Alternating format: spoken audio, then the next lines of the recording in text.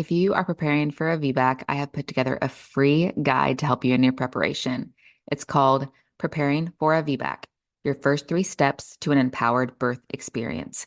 This guide will walk you through the first three steps that you need to make on your VBAC preparation journey, and it'll make the whole process a lot easier and more straightforward for you. So if you want to grab that guide, go to thehannahgill.com/first steps. Again, that is thehannahgill.com/first steps. Hey there, and welcome to Motherhood Flow. I took a little bit of a hiatus over the holidays, over Thanksgiving and Christmas and New Year's, and I'm back with another wonderful VBAC birth story for you today. Today's birth story is from Chelsea. Chelsea is a podcast host, teacher, and mother who lives in Melbourne, Australia, with her partner and their two daughters.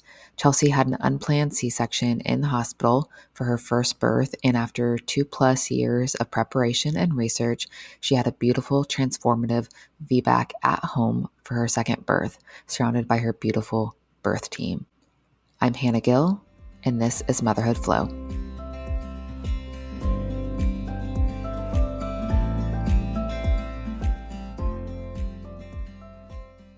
All right. Hi, Chelsea. Thank you so much for being here. Welcome to the show. Hi, thank you so much. I'm so excited to be here. So if you could just go into a little bit about you, where you're from. You also have a podcast, so you can even mention how you got started with that, and then we'll go into your birth stories. Yeah, beautiful. Yeah, so I am Chelsea. I live in Australia. I've just moved to regional Victoria from Melbourne, so city to a bit of a tree change with my family, which has been beautiful. I have two daughters. Hazel is nearly 3, and my other daughter, Cora, is nearly 9 months old. And I have a partner, Hagen, as well, who's a beautiful support to all of us. And I am a teacher by profession. My partner and I have our own business that we run at the moment, doing like online tutoring. And I also have my podcast, which I host with my co-host, Emma, which is very fun. It's kind of where we cover kind of everything, a bit of like birth stories, but mainly around like the parenthood identity and how that changes, because for both of us, that's just been such a monumental shift, and it's just so nice to be able to talk about it and to feel corroborated by other people's experiences in it there as well. Awesome. Well, if you could kind of go into your first birth story, you had an unplanned C-section. So if you can kind of lay all that out and how that unfolded. Yeah, sure. So I got pregnant unplanned, actually, with that pregnancy. So I think like reflecting on that over time, like my perception of that birth has really changed so much, like from when it happened to going through my VBAC journey to now. And I think a lot of the reason, maybe things went the way that they did was because I had the unplanned pregnancy. I got pregnant on a copper IUD. And that was just such a big life change. Like I was in a relatively new relationship with my partner at the time. Like we hadn't been kids weren't even on the horizon for us at that stage. And so there was a lot to get my head around in pregnancy. I guess I knew that I wanted to have a physiological vaginal birth at that time. I had read that going intervention free, drug free was probably like the best way that I was going to kind of get that birth. I was referred to a hospital in Melbourne that had a group practice program, and the GP I'd had at the time just referred me to that, saying, this is like a great program, you should get into that, which was amazing because I wouldn't have really known about the group practice program if it wasn't for her. So I'm very thankful for her, and we did get into that, which was amazing, but we'd already also hired the help of private midwives through a clinic in Melbourne. So we kind of had thought of them as almost like a doula kind of role. But in hindsight, I realized that they're not a doula, they're not a doula role. So we did have a bit of I guess we'd go to the appointments with these midwives, and it would be the same kind of thing we'd be covering with our hospital midwives. So it just felt like we were going through the same thing again and again. Like now I know that a doula is really that emotional support and helps you with like the mental side of things. So that would have been actually great to have a doula in that birth. Like I really, really wish in hindsight that I'd had a doula for that first birth. And yeah, I ended up towards the end of the pregnancy, they were speaking about induction, and because I was getting close to my quote unquote due date, and I didn't want an induction because of, I'd heard that it could lead to the cascade of intervention, but I didn't really know like how the actual likelihood of a cesarean from having an induction. And I wish I'd known all of that a little bit more. Like I know all of that so deeply now going through the next pregnancy. But yeah, then we went into the hospital for monitoring a few times, and they'd said they would induce me at they'd let me go, in quotation marks again, to 41 and 6. But then because I'd had monitoring, they found that I had low fluid around the baby. So wanted to induce me quicker. And then I ended up having some stretch and sweeps, which I also, again, then did not know that are actually a form of induction in themselves, and had had that with one of the private midwives that we were working with, and went into labour overnight, the night before I was supposed to go in for the induction the next day. Went to the hospital the next day because they'd called and they'd said, oh, we still want to monitor the fluid, even though I was in labour. And then they didn't want to actually monitor the fluid, like her heart rate was fine and everything, but they kind of, they said, oh, we just want you to stay in now and have the induction or the augmentation, because I was already in labour, because you're here and you won't have a bed later if you go home. Like there's a chance you won't. So this was through the public hospital. I'm not sure if I mentioned. And yeah, so then we ended up like saying to them, we're just going to go home. I went home, laboured for 36 hours, I think. I had a posterior baby. I'd been doing spinning babies for literally months before that, when my midwife had spoken about that. She said, just do spinning babies. And every healthcare provider that I'd speak to would say to me, like, oh, have you heard of spinning babies? When I said I had a posterior baby. And I was like, yes, I have done every bloody spinning babies under the sun. And she just would not turn. I think her head might have already engaged quite early, and so she was a little bit stuck in that position. So long labour, really hard from the get-go.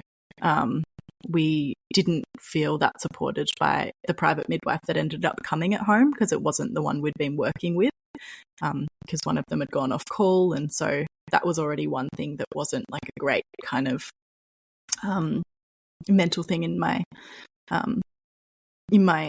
birth, I guess. Like you need to feel safe with your support team, and it was just chalk and cheese to this time.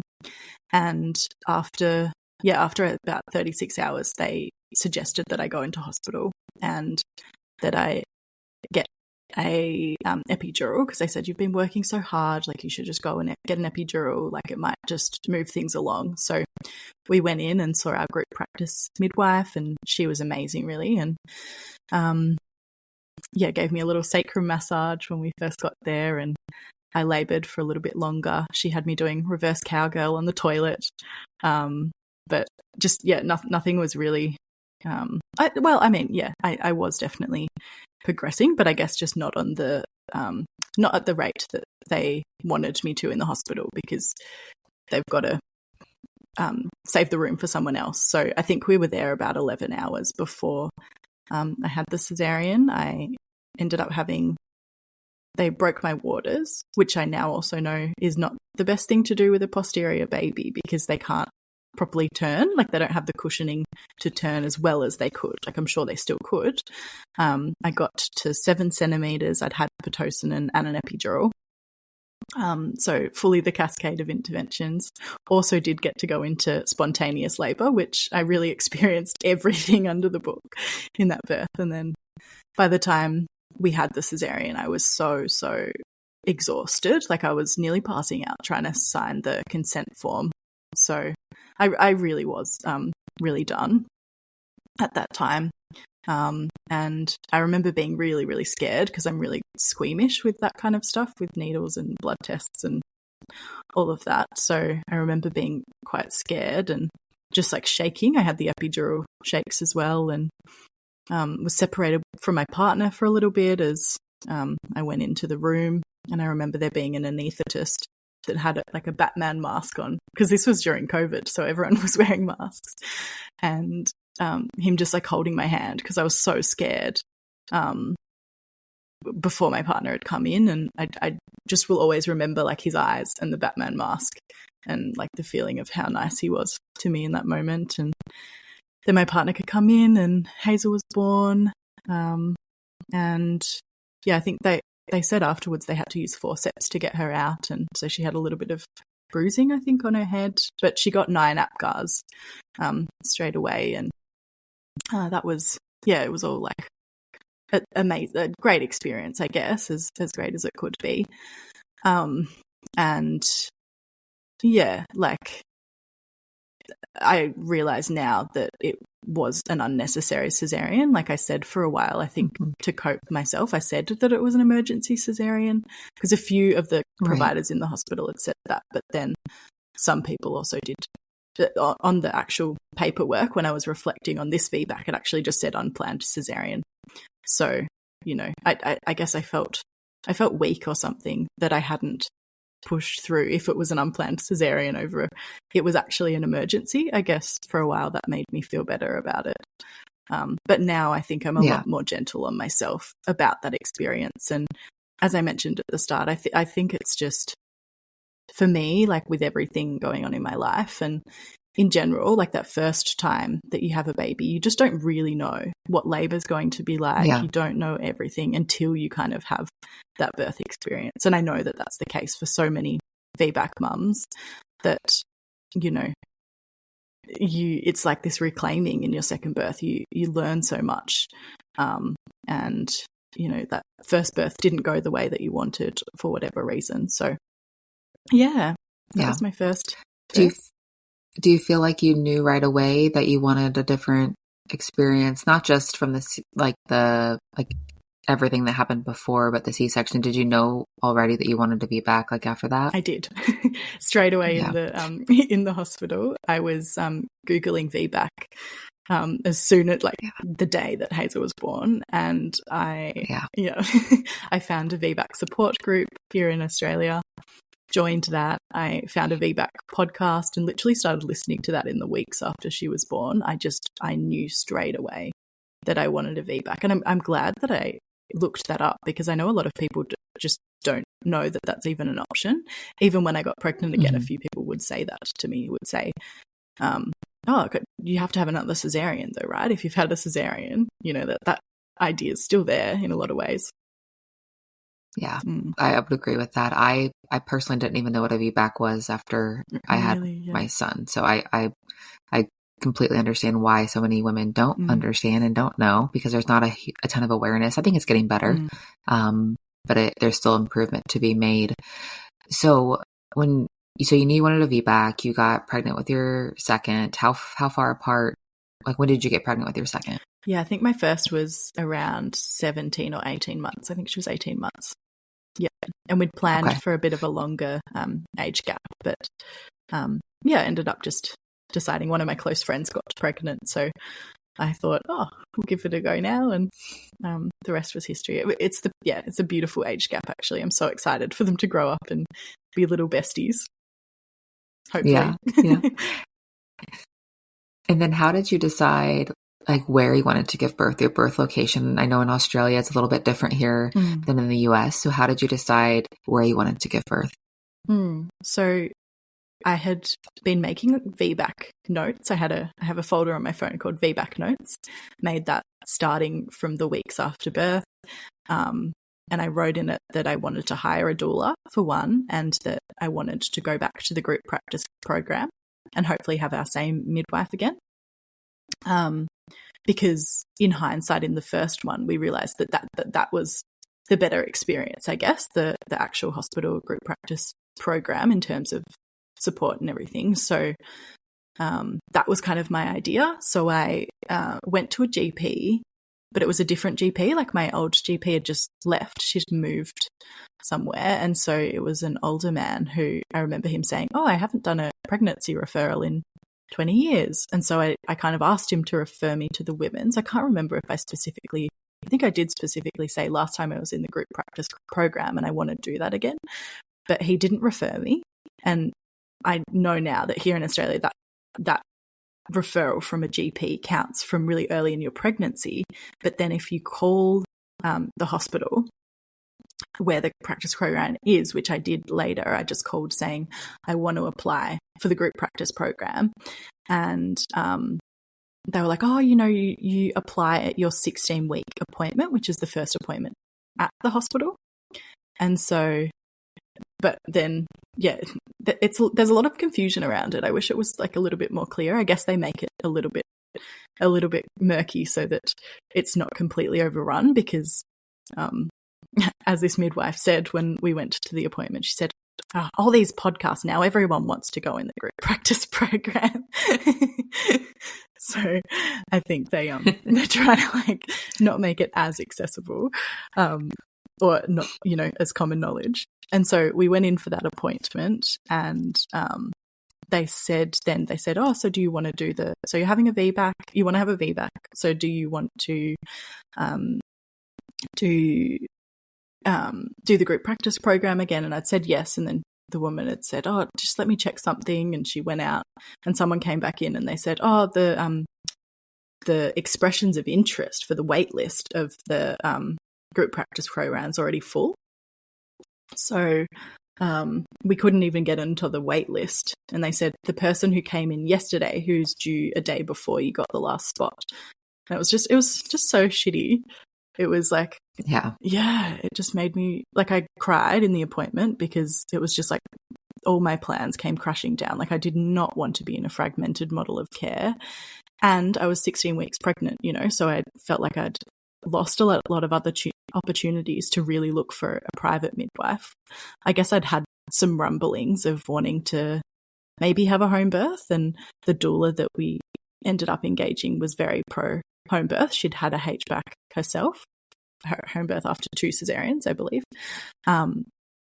And yeah, like she had recommended that I reach out to some people, but I was finding it really hard to find anyone that was available because I was due near Christmas, and a lot of private midwives take December and sometimes January off. So finding it really hard to find someone, or there'd be some people that didn't do VBAC at home as well. So that was like another kind of factor there. So I'd just kind of thought, okay, well, I'll just go to the MGP program again. Like that'll be great. That was my first option before I got pregnant again. And then when I didn't get in, it was very, very sad. And we ended up going through the same practice that we'd gone again the last time, but we hadn't had the best midwife. So I guess that had kind of clouded our experience there. And they had this midwife that I'd been recommended by a few people had one space available in December. So it was just meant to be,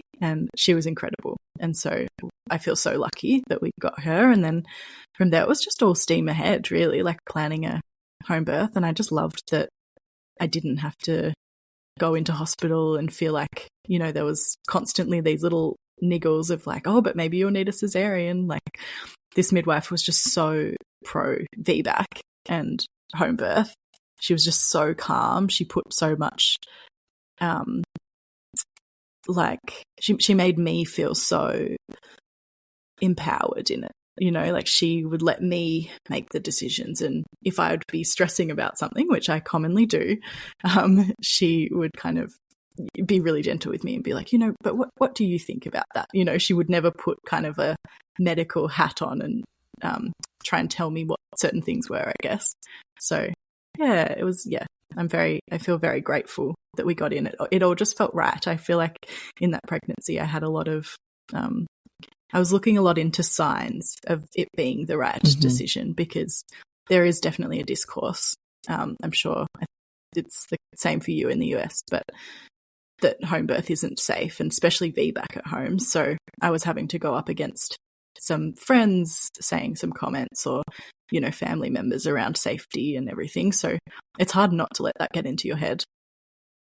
Yeah, for sure. Mm. So what did you do, like once you decided, like you were going to have a VBAC and you found your provider, what did you do to actually prepare for your VBAC? I know everyone prepares differently. Mm-hmm. Some people do everything. Some people want to do like minimal nothing. So what did you do to prepare? Yes, I went down the everything route. There was basically no stone that I left unturned. I just was, so I guess I got very hyper-focused on the birth, and it meant so much to me that I straight away I planned to do on my own podcast. I did a VBAC series, which I think is how we actually connected around that time. I made a, I think like a 10 or 12 episode series where I interviewed women who'd had VBACs or HBACs or and midwives on home birth and all of those kind of things. And that was an amazing thing to do throughout my pregnancy. I was really thinking about positioning this time. I thought if I can do anything not to have a posterior baby, and I'd heard people say that sometimes if you have a posterior baby, that's just how you carry. So I was worried that was going to happen again. And maybe that was just my body, you know, how my pelvis is shaped or something. But I from halfway through the second trimester, I never like slouched back. I never crossed my legs. I was always sitting forward. I work from home doing my business, as I was saying. So I do a lot of sitting, but I had a little stool at my feet that I always had my feet up on. I had pillows behind my back. I just made sure my pelvis never had the posterior tilt. If I was driving, I had little things behind me in the car. I didn't really do spinning babies as much this time. I guess I think my doula had said to me that you only need to think it, like she thinks that if you're doing spinning babies, it can cause an issue sometimes if there's nothing wrong, you know, if there's no position you're trying to ameliorate or whatever. So I just really focused on positioning. I saw an acupuncturist. I'd seen one last time as well, and that's just such a nice relaxation thing. And she gave me these Chinese herbs as well for positioning, which I took, which I don't know if that helped or if it was just a placebo thing, but I liked the thought of that. So I saw her from about 32 weeks. I saw a pelvic floor osteo, so she could help with like releasing things down there, and she was always really supportive, and that was great. Hired a doula, as I said, which was amazing. And she had run this thing called She Births that was in Australia. I'm not sure if you have it there. Might just be an Australian thing. I think we do. Yeah. Maybe. It sounds familiar. Yeah. Yeah, so it's kind of like a birth education course, and she wasn't doing it anymore, but as part of her doula package, she came around and told my partner, talked us through like the hormones of labour and unpacking fears, like, you know, like pain, in quotation marks, management techniques, and she got us to make an early labour plan and repeat cesarean birth plans and letters to the hospital and everything, and that was really great, and especially great having my partner so involved in that, and learning from her and knowing about labour and knowing about like what he could say to me in the moment. I ended up making him a little Google Doc with things that I might say in labour, and then what I wanted, like what helpful things he could say back to that. Yeah. I made just every plan under the sun. You sound like me. Yeah. I had to do I'm it. such a planner. Yeah, me too. Yeah. And I was seeing my counsellor and unpacking a lot of things there. And she was great. I remember it was really funny. This one time I had an appointment with her, and we were talking through just my fears around birth and things that I thought would come up. I think a lot of this prep was mental prep for me that I needed to work on. And I remember her saying she was proud of me and believed in me, which was so beautiful. And especially when after I had the birth, she said, I'm proud. Like first she said, I'm proud of you for everything you've done, no matter the outcome of this birth. Like you've worked so hard. And afterwards she was amazing.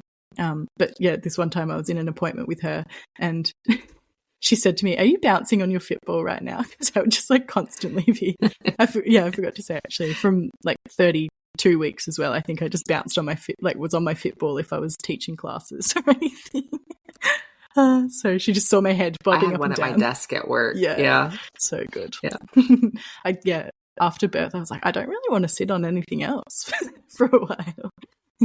It's helpful for your hips and back and all of that. So yeah. And in my last pregnancy, I'd been so sore. I was seeing a chiropractor for just having like rib pain and back pain, and it was probably the posterior position. But this time was so much better. Like it was so much easier, and yeah, like I just felt great. The whole pregnancy, I was walking every day. I was aiming for like 10,000 steps a day, but I would usually do like between 6,000 and 10,000. What else? Oh my gosh. I saw this like kinesiologist who was kind of like a counselor as well, she did like body worky kind of stuff to figure out like what like trauma or things that your body was holding on to, especially related to the birth. And that was actually really great. I only saw her 38 weeks, so I could only have one appointment. But that was actually amazing because she helped me to realize that I was holding on to this trauma from my previous birth with that private midwife we'd had at home, and an experience that I had with her, which I thought it was going to be like numerous other things that were going to come up, and she made me realize it was that. And then, I got to kind of work through that in a way, or just acknowledge that was the case. And I think the mental prep was the biggest thing for me, because I'd call my doula quite a lot, stressed about the baby's position. Like she was breech, I think, until 31 or 32 weeks. So, or we didn't 100% know. But then when I had my 32-week scan, she had turned. But I was so worried. I was like, oh my gosh, am I like finding a VBAC provider who would do breech at the last minute would be so hard, and how's that going to work? And I think my doula said to me one time, like, I wonder if you're kind of self-sabotaging in a way, like trying to think of like all these things that could go wrong to protect yourself from the hurt or something if it happens that you didn't expect it. And that really resonated with me, because I think that I do that a lot, and that was really helpful. And so many of our conversations were so great. And I said to her one time that I felt like I had to get to this place where I was fully accepting of having a repeat cesarean, but that I just couldn't get there. Like I didn't know how I would do that, because it meant so much to me, and I would just feel really sad, and she said to me, like, you've done everything that you can to set up for this birth, like you've got a home birth midwife, you've got a doula, you've got a great birth support team with your partner as well. And it's okay to not get to a place of fully accepting it. It's okay to get to a place where you think, if it happens, I'm going to be really upset for a while, and that's okay. And I think that really helped me as well. And I think I would have been able to get to a place if I had a repeat cesarean where I had felt okay about it. I would have felt sad for a little while. But I think that mental kind of hurdle was really great. Yeah. So how did your labor start? So I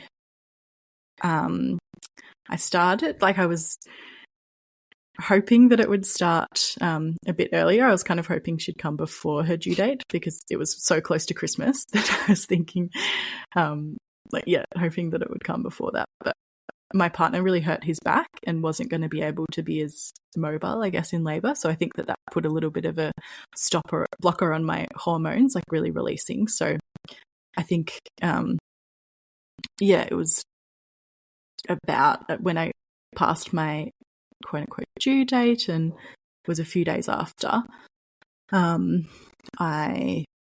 he was starting to get a bit better, and that was great. That kind of alleviated that side of things. And then I had the nesting instinct on Thursday, which I was so excited about, because I hadn't had that last time. And so I was a little bit suspicious about whether that was actually the case. I think last time I just wasn't that connected into my physiology and didn't experience that nesting. But yeah, I had this feeling that it was it because I just started cleaning out the vegetable crisper and got these little Dettol wipes and was trying to clean down the toilet because I wanted to spend a lot of time on the toilet in labour. And yeah, then so this was at 40 plus 5 I was at this time. And then the next day, so 40 plus 6 on a Friday, I went and had acupuncture. And I'd loved my acupuncture appointment. So it was almost like I wanted to have a final one of that. And I loved my acupuncturist and the talks that we'd have. She had 2 older children, so we'd talk about them and talk about her births and everything, which I always found really nice. And I just knew something was different after that appointment. Like we'd been speaking a little bit during it about, I was kind of saying, I just don't know, like I haven't had that feeling where I feel, ready or that the baby's going to come now. And then, she spoke about how that kind of happened to her. And I feel like in that moment when I said it, it was like I released something and I kind of felt ready, I guess. And after the appointment, I went to the supermarket and bought all these pre-labor snacks that we were planning to have. And I was like, just in case. And came home and I had a small bloody show. My midwife came around that night because she was wondering whether it was my waters that had broken, and she checked the pad and thought it wasn't, and it must have just been a small bloody show. And she was planning to go away that weekend. So she was like, oh, well, I'll just I'll wait around, like only a couple of hours away. But she was like, I'll wait around for tomorrow. And I woke up the next day, so 41 weeks on the day. And I woke up with contractions, which I started timing them. I had a little app on my phone, and they were about 5 to 10 minutes apart. So I was kind of experiencing them. They were quite light. They were so different to my last time because of the posterior baby. It just came on so strong straight away. And I think I drifted off to sleep again around like 4 to 6:30. And then our daughter Hazel woke up around 6:30, I think, and she came in and I was still feeding her. So she had a breastfeed, and that really ramped up the intensity and time between the contractions for that little period of time. Like they were coming a few minutes apart. And we'd planned for my mum to take her during the labour. Like I'd always thought that, these birth videos I'd seen where the kids were at the home births and everything looked so beautiful. And I thought, oh yeah, I would love to have that. But I guess I had this fear, like in my mind, the whole pregnancy, that I was going to need to transfer to hospital and I was probably going to have another cesarean, or even if I transferred, because I know the transfer rate is higher with a VBAC home birth. So I was preparing for that kind of being a possibility, and we had a great birth plan for that case. And yeah, so I guess because I had that blockage in my mind, like I needed her gone, like I just needed that to be able to relax. And so I think around 9 a.m, my partner Hagen took Hazel to my mum's and she went off, and I had a bit of time with her before she left, which was really beautiful. Like made her some breakfast and everything was still feeling so light. Like I was definitely in labour, but it was so exciting. And we had this great early labour plan. Hazel left. I had a bit of time on my own. And then after my partner got back, I made us some spaghetti bolognese and then spent some time on the toilet after he got back. And then I had a really massive bloody show and got my partner to send the photo to our midwife and doula. I loved the toilet, but like both times in the labour that I spent on there, I had massive bloody shows. And I've heard of it being referred to as the dilation station, which it definitely was for me. And yeah, the contractions were still really manageable. And I was thinking, we must be in early labour. And he'd been messaging back and forth with the doula and the midwife. And we were trying to do things off the early labour plan, because our doula said, it sounds like it's still early labour, just keep doing stuff there. And we had so much oxytocin rich things planned. So we watched a funny comedy movie. We ate chocolate, and I had like chocolate coconut water, which was like amazing because I had electrolytes, so it was so delicious. Which I was drinking. I was bouncing on the ball. My partner really enjoyed the movie, but I don't really remember much of it because I was kind of hard to focus. And then we messaged our doula at this point to update her again. And then she said it still sounded like early labor, so just keep trying to distract, maybe go for a walk, which had kind of been on the plan. But then after that, we decided to have a nap. I think I'd been laboring now for over about 12 to 13 hours since that first morning, I guess. And then it petered off and had come back at 6:30. So not quite, maybe like 10 hours.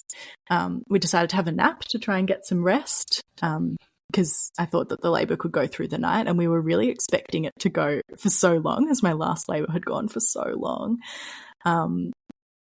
And yeah, so it was around, this was around 5 p.m. We got into bed. My contractions were 5 minutes apart. I said to my partner I wanted to call Hazel and my mum to check in, which was strange, but I just needed to check on her for some reason. And I heard her, and I remember my mum said something like, "Oh, it doesn't sound like you're in much established labour. Hopefully it kicks off soon." And I was like, "Oh no." But then I got off the phone and tried to rest. But then around 6 p.m. the contractions started picking up a bit, and they were about 3 to 4 minutes apart. And Hagen was saying, "Let's go for a walk now," because it's going to get dark soon. And then I just thought, I do not want to go for a walk right now if I'm contracting this close together. And it was starting to definitely get more intense. And I was like, how could I possibly be walking? I just don't want anyone to see me right now. So I started getting a bit like antsy after this, I guess. And I said to my partner we should start doing the birth circuit, which I haven't mentioned, but our doula got us to do this. So it's by Rhea Dempsey, who's a great woman in the space of, I think she's a midwife and doula. She trains people to be doulas, and she had this birth circuit where you spend half an hour in these stations, and I think there's 8 different stations that you work through. And our doula had said, don't do it till active labour because it's distraction once you get there. You don't want to start it too early.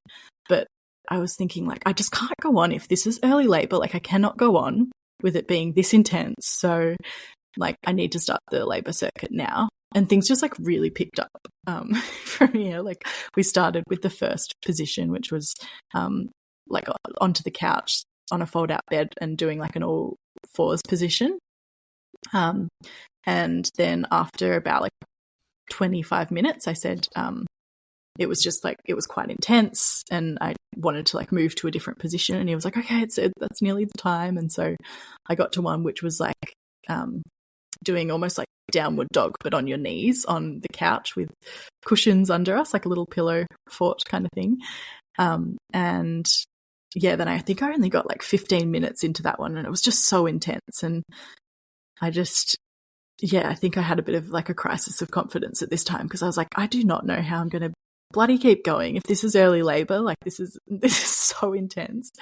And so then I was like, I'm just going to go to the toilet for a bit. Oh, I think I'd said I want to have a shower, but then when we were walking towards the bathroom, I was like, no, I'm sitting on the toilet on my dilation station. Got on there, had another massive bloody show. Like, it was huge. And I think he'd sent this to our midwife, and I think she'd called and she was kind of saying, oh, like, maybe I should come now. And he was like, oh no, we're fine. Like, Bree said it's still early labor, so we'll just keep going. And so I was on the toilet for a while, and I think the contractions were about 2 minutes apart at this stage, like sometimes a minute and a half apart, and they were lasting a really long time and they were really intense. And in my last labor, when I'd gotten into the bath, it had really slowed things down. And so I knew that I shouldn't get into the bath, if it was still early labor. So I was like, I want to hop in the shower. I was in there for a bit. It wasn't providing enough relief. And I just thought, Hagen, I need to get into the bath like right now, because I need this to slow down. Like, I can't, if this is early labor, like, we were just still thinking it was early labor, but I was actually in active labor. And our midwife knew that on the phone. And that's why she was like, oh, I've got to come. And she told us afterwards that she was just sitting at home, like twiddling her thumbs with her bag, like literally on her shoulder, being like, when are they going to call me? And I think it was an hour and a half later that we did. And yeah, so I'd hopped into the bath and it still was not providing the relief. And I'd said to my partner, like, can you please just call like our midwife or our doula and ask, like, because I cannot go on if it's like this intense. And then so he called and he was like, hey, like Chelsea just wants to know why everything's so intense. Why it's so intense. And you were in denial. And our doula said, it's because you're having a baby, honey. Like, it's going to be intense. Like, and then I think I had a back-to-back contraction. She was like, let me just listen to you have a contraction. And she's been a doula for over 15 years. So she's so knowledgeable in birth. And I remember her saying to me at one of our sessions as well, how she had a client who was doing these big kind of like moo sounds and this like putting her lips into like this circle shape, and that meant that your cervix was dilating the final centimeters. And I remember doing that, and that's part of the reason why I was like, I've got a call, like so she listened to me have a contraction, and I had a back-to-back one, and she said, how many of those back-to-back ones have you been having? I was like, oh, like it feels like most of them. And she was like, so I'm gonna hop in the car right now, I'm gonna call the midwife, and we're gonna be on the way, and we'll be there as soon as we can because you're having a baby. And Hagen had said, because we were still thinking like, oh, we'll be fine, we didn't want people to come too early and then risk having them leave, so he'd said, we'll be fine, like we're managing this. And she was like, no, we need to come now, like that's very intense, like I think she's about to push the baby out. She was like, Hagen, fill up the birth pool right now. And in my head I was thinking like, I think I was quietly confident that it was happening, and I did know that, but then this other part of my brain was also saying like everyone's just like they're reading into it too much, you're probably only 4 centimeters and you're gonna have to go have a cesarean. And then I was in the pool for a bit longer, and Hagen was trying to fill the birth pool, and our midwife got there, and it was just like so amazing when she got there. Like she came down into the bathroom, and I always get so emotional when I talk about this part. It's okay. You can cry. It's just like, it's so special to me, but like just the feeling that I had when she got there, because like in the previous labor when that midwife came, I just didn't feel safe, like, and yeah, she was amazing. And she didn't even say anything. She just kind of held my arm and like looked at me, and it was so special. Yeah, I just feel so grateful that I had that birth team that time. Yeah. Yeah. And so then I hopped into the bath, and it felt like the pool was ready pretty quickly. I got into that, and I think I was already like nearly starting to push. I think I was in the bath for maybe like 40 minutes before I started actively pushing. Sorry, I'll just wipe my tears away here. And then when my doula got there, because she lived a little bit further away from us, like our midwife was only 20 minutes or something, and then they'd called the second midwife pretty quickly as well, which when the second midwife comes to a home birth, that things are like heating up. And so the second midwife and our doula arrived at pretty much the same time, and it was just like amazing to see them. And Hagen said that they all came in like with the biggest smiles on their faces, because they knew how close I was to birthing her. And I feel like I was coming out in and out of consciousness, like I was leaning over the pool between the contractions, which was so intense. And almost like having little sleeps between contractions, and I'd like be able to like get out enough to say like, I want water, or I want my coconut, chocolate coconut. And then I'd demanded that Hagen put my birth playlist on, because I realized it hadn't been on. I'd been listening to a few little like affirmation-y kind of things earlier in my AirPods, but they were already off by then. And I'd said, yeah, put the birth playlist on. And I realized that I hadn't actually shared it with him. And so he started playing my birth playlist from last time. And I got so annoyed, and I was like, that is not what I want. And I was like, that's the wrong playlist, get the right one on. And then, so he somehow found it. I don't know how he did it. He must have, gone to my Spotify and searched for it. So then this part's like so blurry, I think, because it was it was just all like go from here. Like I definitely don't remember like having like a really strong transition where, like I said, like, you know, take me to the hospital and I need a cesarean, or, you know, I didn't have any like really big things like that. Like maybe I had it earlier when I'd said I need to get in the bath. But yeah, I remember just looking up Hazley every now and then and seeing like Hagen or my doula or my midwife's faces and just feeling so supported and warm. And yeah, I realized, I think, like that I was doing it, that I was like going to birth my baby in the pool at home. And yeah, I just felt so proud of myself for all the work that I'd done that was like coming into that moment. And the great birth team that I'd surrounded myself with. And then, yeah, I think my midwife then asked me to put my fingers inside myself and see what I felt. And I said, I felt two bulging bubbles. And I had expected to feel like a whole head if I was like fully dilated. So I had a bit of a crisis of confidence then, being like, oh my gosh, like there's not, you know, there's no head there. There's just these bubbles. And she said that's probably just that was the waters. That's what she suspected. And then started saying I needed to poo, which I remember my doula saying, you know what that means, honey? Like, that's a really good sign. And she'd told me her birth story on my podcast, and she had the exact same thing happen to her with her birth. And I remember thinking that in the moment. I thought, oh, wow, like we're both having the same experience, and I'm about to birth my baby. And then between the next contractions, like when I watch back my birth video, I say like, I'm so strong, which is just so like cute that I was feeling that in that moment. Although I was definitely feeling a lot of profanities, which did come out of my mouth at times and in my mind. But I love that was the way I was expressing it in that moment. And then, so this was around 10:50 p.m. I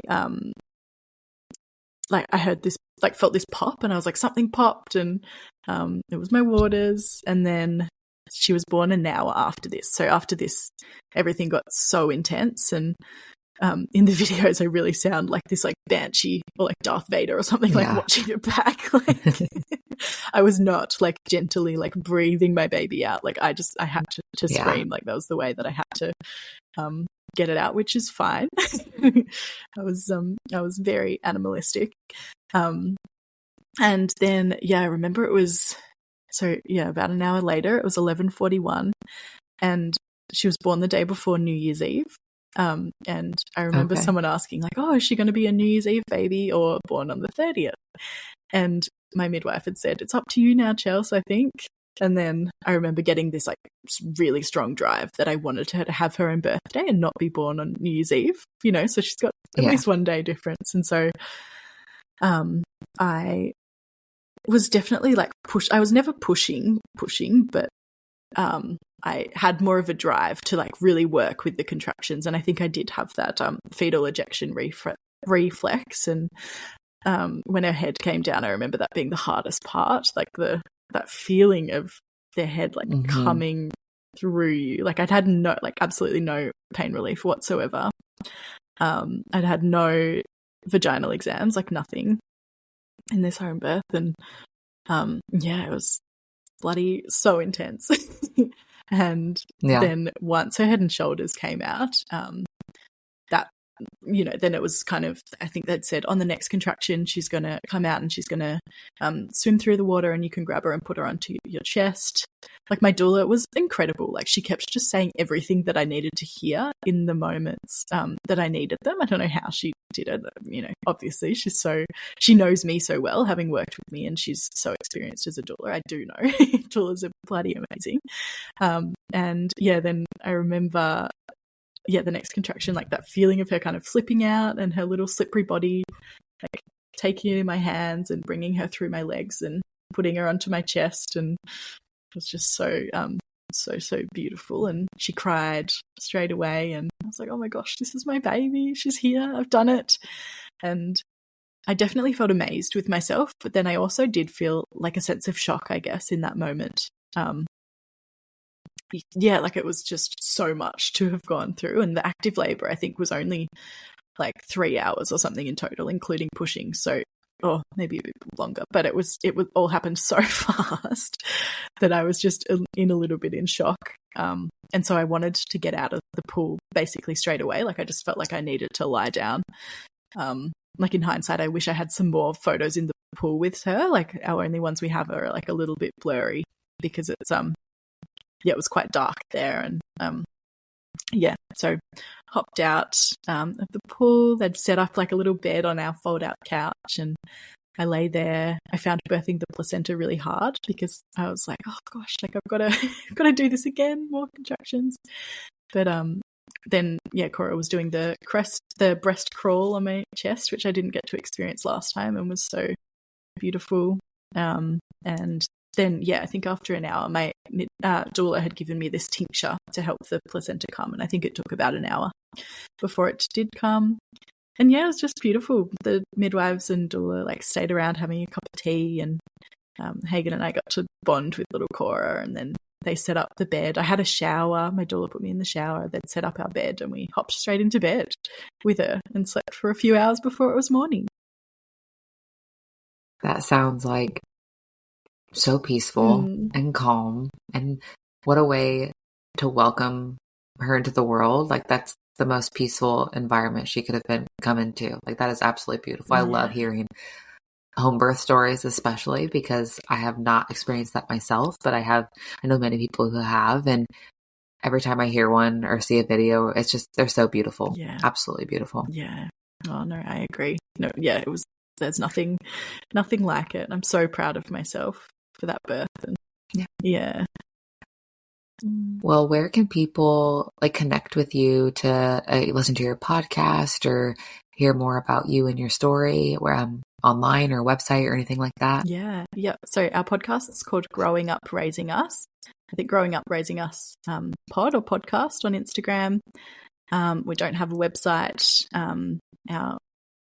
So you can basically find us on Instagram. That's where we're the most active. And feel free to message me on there if anyone's planning a VBAC or a HBAC. Like I've had so many people reach out sharing my story on my own podcast, and for that birth circuit especially, a lot of people hadn't heard of before, so I'm really happy to send that through to anyone. And any of my early labour plan or anything as well if anyone would like. So feel free to message me there. Like it makes me feel so honoured that I can be a part of other people's journeys, because those little things in my pregnancy where a kind message from someone or someone would recommend a resource, they all made such a difference in my journey. So really lean on others for that.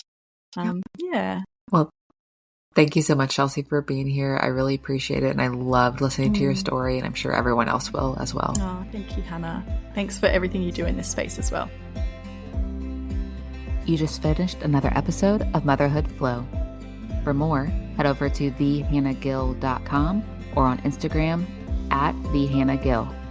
As a reminder, this podcast is provided to you for educational and entertainment purposes only. It should not be considered a substitute for medical advice. Until next time, keep flowing.